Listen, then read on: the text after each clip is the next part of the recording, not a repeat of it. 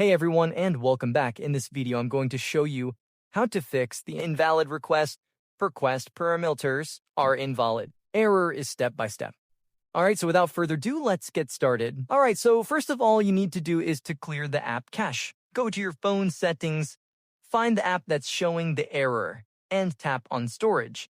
And after that, just tap clear cache.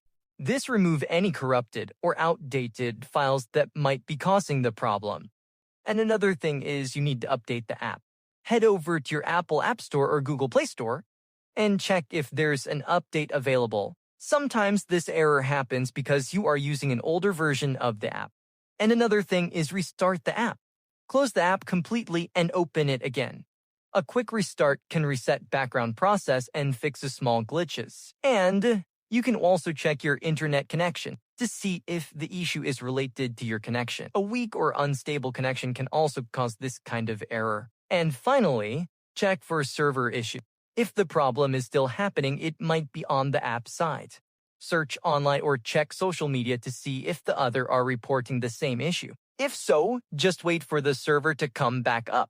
And that's it. By following this simple step, you should be able to fix the invalid request parameters are invalid easily.